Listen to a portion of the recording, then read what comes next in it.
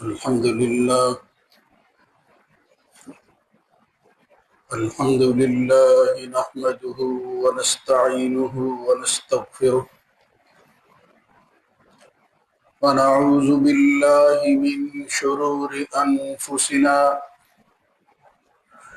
ومن سيئات أعمالنا من يهده الله فلا مضل له ومن يضلل فلا هادي له وأشهد أن لا إله إلا الله وحده لا شريك له وأشهد أن محمدا عبده ورسوله اللهم صل على محمد وعلى آل محمد كما صليت على إبراهيم وعلى آل إبراهيم إنك حميد مجيد اللهم بارك على محمد وعلى آل محمد كما باركت على إبراهيم وعلى آل إبراهيم في العالمين إنك حميد مجيد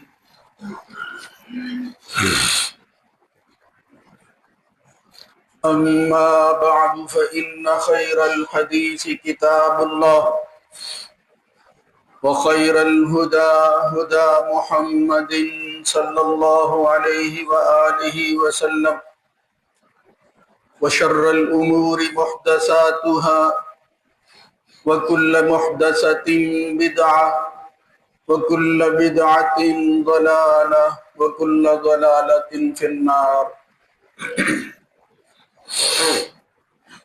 ربي أعوذ بك من همزات الشياطين من همزه ونفخه ونفثه يا أيها الذين آمنوا اتقوا الله حق تقاته ولا تموتن إلا وأنتم مسلمون يا أيها الناس اتقوا ربكم الذي خلقكم من نفس واحدة وخلق منها زوجها وبث منهما رجالا كثيرا ونساء واتقوا الله الذي تساءلون به والأرحام إن الله كان عليكم رقيبا يا أيها الذين آمنوا اتقوا الله وقولوا قولا سديدا يصلح لكم أعمالكم ويغفر لكم ذنوبكم ومن يطع الله ورسوله فقد فاز فوزا عظيما رب اشرح لي صدري ويسر لي أمري واحلل عقدة من لساني يفقه قولي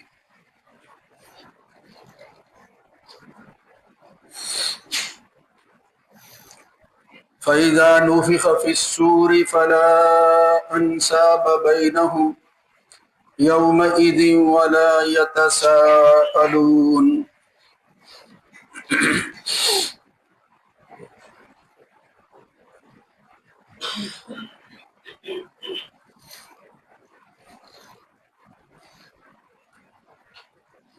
پھر جب سور پھونکا جائے گا تو اس دن ان کے درمیان کوئی نسب کام نہیں آئے گا اور نہ وہ ایک دوسرے سے سوال کر سکیں۔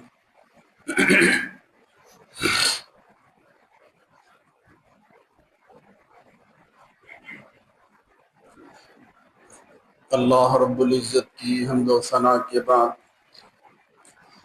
درود و سلام سید الرسل خاتم النبیین جناب محمد الرسول اللہ صلی اللہ علیہ وآلہ وسلم کی ذات گرامی پر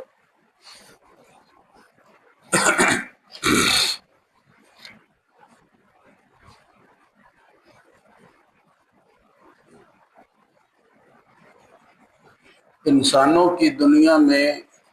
تعارف اور پہچان کے جو ذرائع ہیں ان میں سے بڑا اہم اور بنیادی ذریعہ نسب کا ذریعہ۔ بندوں کی شناخت اور پہچان آگے بڑھتی ہے کہ یہ فلاں بندہ کس کی نسل سے ہے، اس کے بڑے کون ہیں۔ اس کائنات کی تخلیق کے بعد پہلے انسان ہمارے جد، نسل انسانی کے باپ جناب آدم علیہ السلام کی تخلیق کے بعد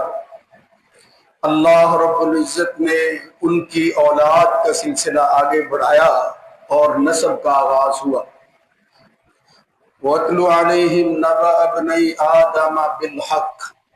اللہ رب العزت نے خود قرآن مجید میں آدم کے بیٹوں کا تذکرہ کیا۔ اب حابیل اور قابیل نام ہیں، مگر ان کے نسب کی جب بات آتی ہے تو یہ کہا جاتا ہے یہ آدم کے بیٹے ہیں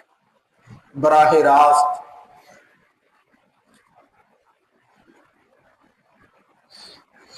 یہ سلسلہ اسی طرح جاری رہا اور قیامت تک باقی رہے گا۔ یہ پہچان اور تعارف کا ذریعہ یہی رہے گا، اسی پر فیصلے ہوتے ہیں، اسی پر جو ہے وہ باقی معاملات آگے بڑھتے ہیں۔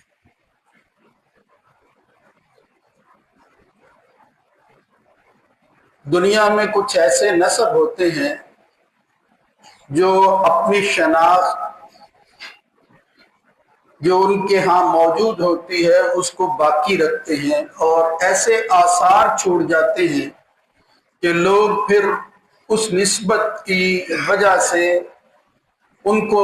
یاد بھی کرتے ہیں اور ان کی عظمت و اہمیت اور مقام اور مرتبے کو اجاگر بھی کرتے رہتے ہیں۔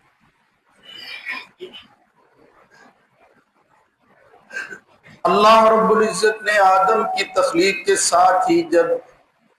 فرشتوں کو سجدے کا حکم دیا، ایک نے انکار کر دیا تھا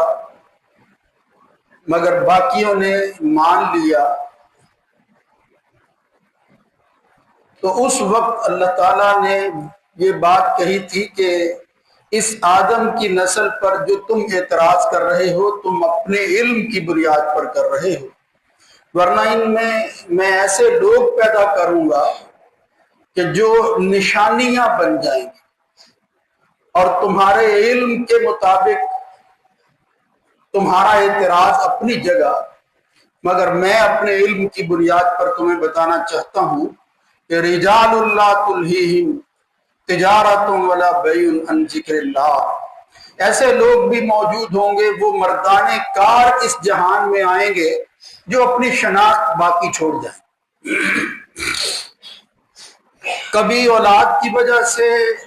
والدین کی پہچان اور تعارف ہوتا ہے، اور کبھی والدین ذریعہ بنتے ہیں اپنی اولاد کی شناخت کا کارناموں کے اعتبار سے، نسب کے نہیں، کارناموں کے اعتبار سے، اپنی عملی کارکردگی کی وجہ سے۔ اس سلسلہ نسب کے اندر ہم دیکھتے ہیں کہ انبیاء اور ان کی اولاد جو ہے وہ اور ان کا تذکرہ قرآن و سنت میں ملتا ہے، حتیٰ کہ آخری نبی محمد الرسول اللہ صلی اللہ علیہ وآلہ وسلم کا سلسلہ بھی اگرچہ عام سلسلوں سے ہٹ کر ہی صحیح، مگر وہ بھی موجود ہے۔ سلسلہ سبب یعنی رسول اللہ صلی اللہ علیہ وسلم کی نرینہ اولاد میں سے کوئی باقی نہ رہا کہ جس سے آپ کی نسل اور نسب جو ہے اس کا تعارف اور شناخت ہوتی،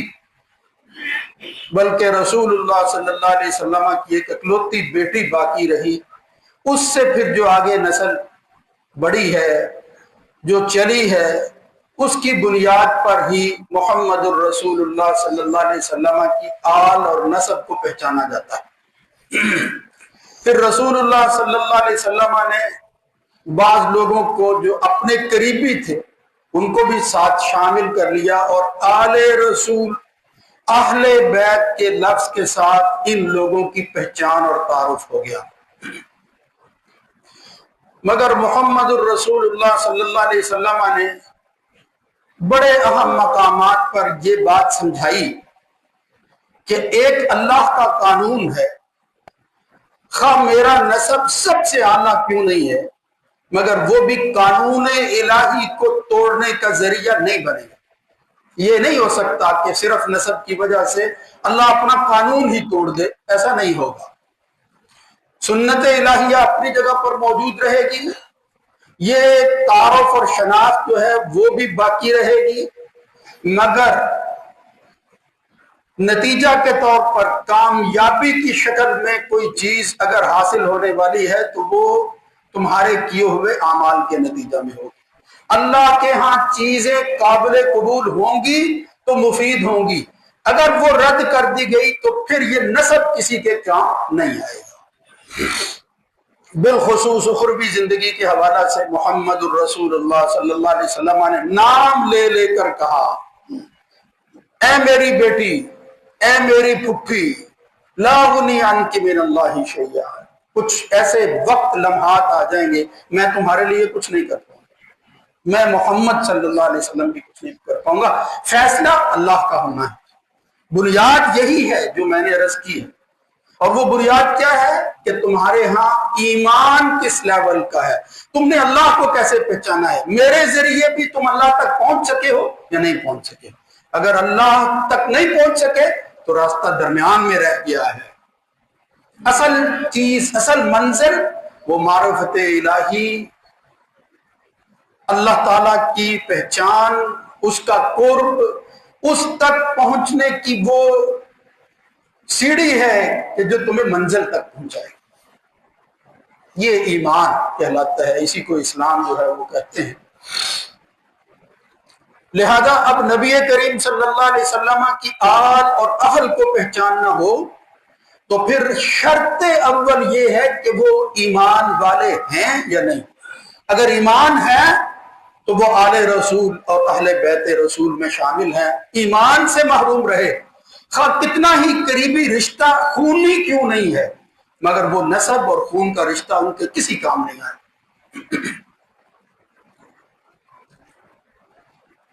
کسی شاعر نے اسی لیے کہا لعمرک ما الانسان الا بدینہ، میں تیری قسم اٹھا کر کہتا ہوں کہ انسان کی شناخت دین کی وجہ سے ہوتی ہے۔ فلا تترک التقوی اتقالا علی النسب، وہ جو اللہ کی طرف جانے کا راستہ ہے نسب کے سہارے اس کو کبھی نہ چھوڑنا۔ لقد رفع الاسلام سلمان فارسی، اب اللہ تعالیٰ جب بلندیاں عطا کرنا چاہتا ہے تو فارس سے چل کر ایک مسافر جب اللہ کے رسول کے قدموں میں آتا ہے تو اسلام اس کو بلند کر دیتا ہے۔ وَوَضَعَ شِرْكُ النَّصِيبَ أَبَا لَهَبٍ، اور دوسری طرف شرک وہ بڑے نسب والے ابو لہب کو بھی وہ اس کی بلندیوں سے گرا کر زمین اور خاک کا حصہ بنا دیتا ہے۔ یہ بنیادی چیز سب سے پہلے اس مسئلہ میں سمجھنے کی ہے کہ اسلام ہی بندے کو بلند کرتا ہے۔ اسلام کی کمزوری اس کے لیے کمزوری کا سبب بنتی ہے۔ اسلام بندوں کی وجہ سے نہیں بلند ہوتا، بندے اسلام اور ایمان کی وجہ سے رفعت اور بلندی کو حاصل کرتے ہیں۔ یہ بنیادی اصول ہیں جس کو سمجھ لینا چاہیے۔ محمد الرسول اللہ صلی اللہ علیہ وسلم نے بے شمار جگہ پر اس کی وضاحت جو ہے وہ کی ہے،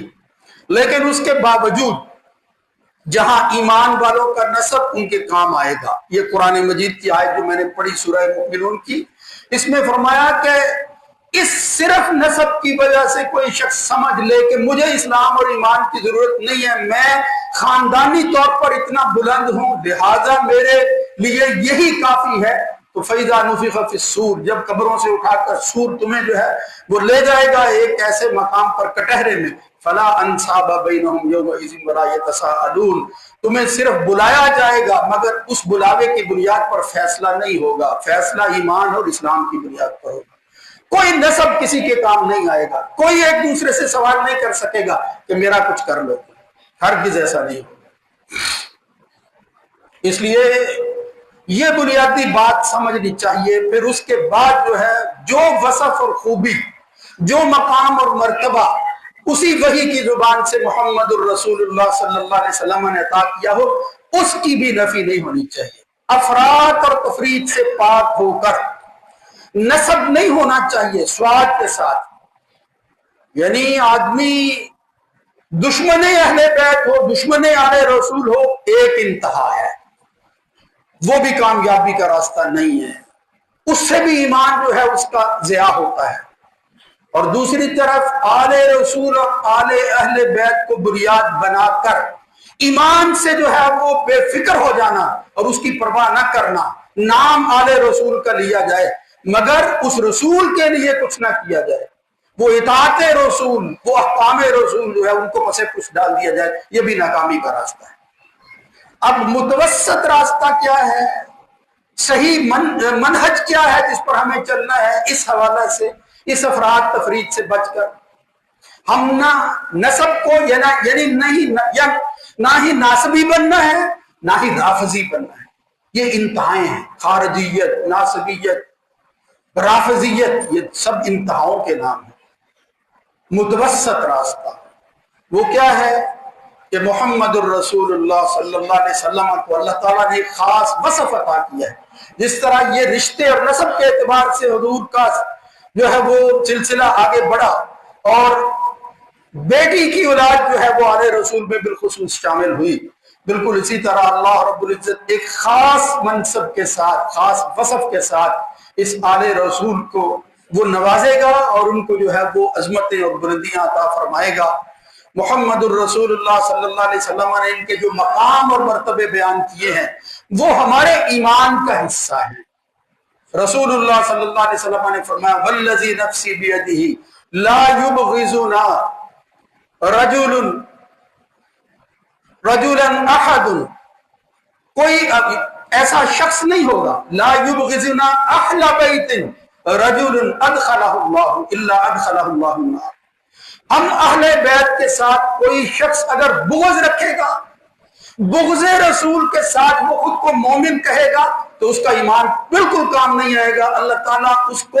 جہنم کا ایندھن بنا کر جو ہے وہ جہنم کے اندر پھینکے۔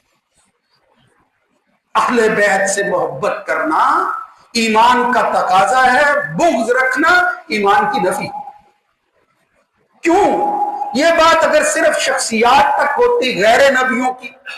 کہ یہ آل رسول اور اہل بیت کی بات ہے، بڑے لوگ ہیں، تو شاید پھر اس میں گنجائش نکلتی، کوئی دو رائے ہوتی، اس میں اختلاف ہوتا، مگر محمد الرسول اللہ صلی اللہ علیہ وسلم نے جو بات اس نسبت سے بیان کر دی وہ ایسی نسبت تھی کہ جس کی وجہ سے ایمان اور کفر لازم ہو گیا۔ اس کے ساتھ محبت رسول کا تقاضا ہے کہ آل رسول سے محبت کی جائے، یہ ایمان ہے۔ اور اس کے مقابلہ کے اندر اگر کوئی شخص بغض رسول رکھتا ہے اور وہ بغض اس آل کے ساتھ رکھتا ہے تو وہ آل کے ساتھ نہیں، اس آل کی نسبت کے ساتھ یعنی رسول کے ساتھ بغض ہے۔ یہ فرمایا محمد الرسول اللہ صلی اللہ علیہ وسلم نے ان نسب کے رشتوں میں سے دو عظیم جلیل القدر انسان جو صحابی بھی تھے مگر محمد الرسول اللہ صلی اللہ علیہ وسلم کے لختے جگر تھے، وہ عظیم انسان، وہ جن کو حسنین کریمین کہا جاتا ہے، ایک کا نام حسن ہے، دوسرے کا نام حسین ہے رضی اللہ تعالی عنہما۔ یہ دو وہ شخصیتیں ہیں، ایسے عظیم انسان عظیم کارناموں کے ساتھ جو ہے اللہ تعالیٰ نے ان کو اس دنیا اور جہان میں بھیجا کہ انہوں نے وہ کچھ کر دکھایا اپنی زندگی کے اندر کہ قیامت تک اس کو دہرایا جاتا رہے گا کہ ایک شخص وہ تھا کہ جس نے مسلمانوں کے انتشار کو اتفاق میں تبدیل کر دیا۔ رسول اللہ صلی اللہ علیہ وسلم نے کہا تھا لعل اللہ ان ابنی ھذا سید، میرا یہ بیٹا سید ہے، لعل اللہ یصلح بین فئتین عظیمتین من المسلمین، یہ مسلمانوں کی دو بڑی جماعتوں کے درمیان صلح کا سبب بنے گا، صلح کرا دے گا جی۔ تو جب مسلمانوں کی تلواریں آپس میں ایک دوسرے کے مد مقابل آئی ہیں تو اس میں صلح کا کردار، حضور کی پروفیسی، یہ پیشن گوئی پوری ہوئی کہ وہ خاندان رسول کا ایک چشم و چراغ، ایک عظیم شخص جناب حسن مجتبی حسن ابن علی نے جو ہے وہ مسلمانوں کی دو گروہوں جماعتوں کے درمیان جو ہے وہ صلح کروائی اور صلح کا ذریعہ بری اور محمد الرسول اللہ صلی اللہ علیہ وسلم کے فرمان کو سچ کر دکھایا۔ دوسرا شخص جس نے جبر اور ظلم کے مقابلہ میں حق کا وہ علم بلند کیا کہ جس کو وہ صحیح سمجھتے تھے کہ نسل در نسل کوئی چیز کبھی جو ہے وہ آگے نہیں بڑھ سکتی جب تک ایمان اور اسلام موجود نہ ہو، فیصلے اسلام اور ایمان کی بنیاد پر ہونے چاہیے، نسب کی بنیاد پر نہیں ہونے چاہیے۔ باپ کے بعد بیٹا یہ کوئی اسلامی اصول نہیں ہے، اہلیت موجود ہو لوگ چاہیں تو ہو سکتا ہے، ورنہ مرضی کے ساتھ تسلط اور قبضے کے ذریعے مسلمانوں کا حاکم کسی کو بنا دینا یہ کسی کو حق حاصل نہیں۔ یہ تھا وہ فرق جو جناب حسین علیہ السلام و رضی اللہ تعالی عنہ کے اور اس وقت کے حاکموں کے درمیان تھا، اپنے اس علم کو بلند کرتے ہوئے کہ میں اس وقت کھڑے ہو کر یہ بات بتانا چاہتا ہوں کہ یہ سلسلہ دینی نہیں ہے، یہ کیسر و کسرا کی سنت تو ہو سکتی ہے، محمد الرسول اللہ صلی اللہ علیہ وسلم کی سنت نہیں ہو سکتی، جس سے یہ بات معلوم ہوتی ہے کہ یہ ضروری نہیں ہے، یہ فیصلہ الہی نہیں ہے، رسول کا فیصلہ نہیں ہے کہ رسول نہیں ہے تو اس کی نسب اور حال میں سے کوئی جو ہے وہ اس کی جگہ لے لے گا۔ جب وہاں یہ بات تسلیم نہیں ہے تو یہاں بھی کوئی بڑی شخصیت ہی کیوں نہ ہو لیکن ہم اس کی نسل کو صرف نسل کی بنیاد پر اس کی جگہ پر مسلمانوں کا حاکم تسلیم نہیں کریں گے۔ اس کی خاطر میرے بھائیوں پھر جو کچھ ہوا وہ اس محرم الحرام کے مہینے کی 10 تاریخ کا وہ اندوہناک واقعہ ہے، وہ افسوسناک واقعہ ہے کہ جس پر رہتی دنیا تک واقعہ جتنا بھی رویا جائے وہ کم ہے، مگر اللہ کے راستے کے اندر جان دینے والے وہ صرف گریہ و زاری پر گزارا نہیں کرتے، اسی کو ایمان نہیں سمجھتے، وہ جان دے کر بھی کیا کہتے ہیں کہ کاش اس طرح کی ہزاروں جانیں ہوتی ہم اللہ پر قربان کر دیتے، اللہ کے نام پر نچھاور کر دیتے۔ لہذا جب بھی کوئی غم اور صدمہ آتا، وہ چھوٹے بچے ہوں یا بھائی ہوں بہنیں ہوں، اللہ کے راستے میں دے دی تو پھر تلقین یہی کی جو لوگ باقی سامنے موجود تھے کہ میرے جانے کے بعد رجوع اللہ کی طرف کرنا ہے، اور کیا کہنا ہے؟ الذین اذا اصابتهم مصیبہ قالوا انا للہ وانا الیہ راجعون۔ سینے پر ہاتھ رکھیں، اگر آج ہمارا کوئی بھائی بہن بیٹا اس دنیا سے چلا جاتا ہے اور اسے کہیں کہ صبر کرو، مشکل بہت ہوتا ہے، بعض دفعہ محال ہوتا ہے، مگر اللہ یہی کہتا ہے کہ یہی تو وقت ہے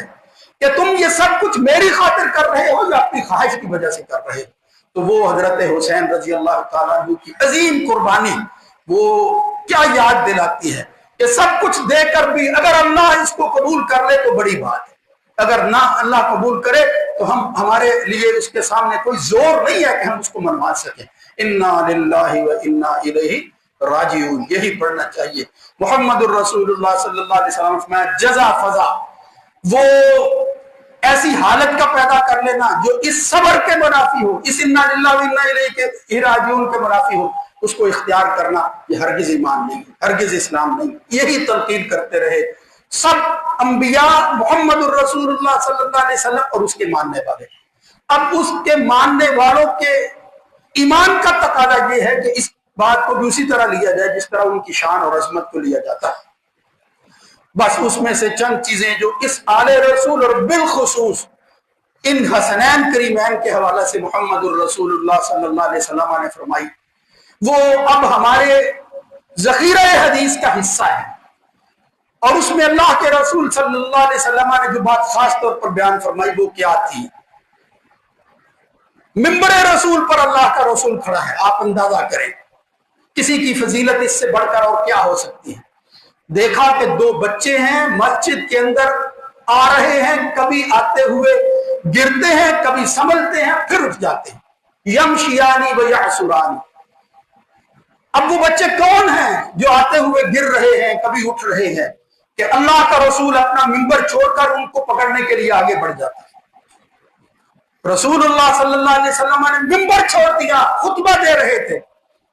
اور ان بچوں کو اٹھایا ہے، اور پھر ساتھ ہی آیت پڑھی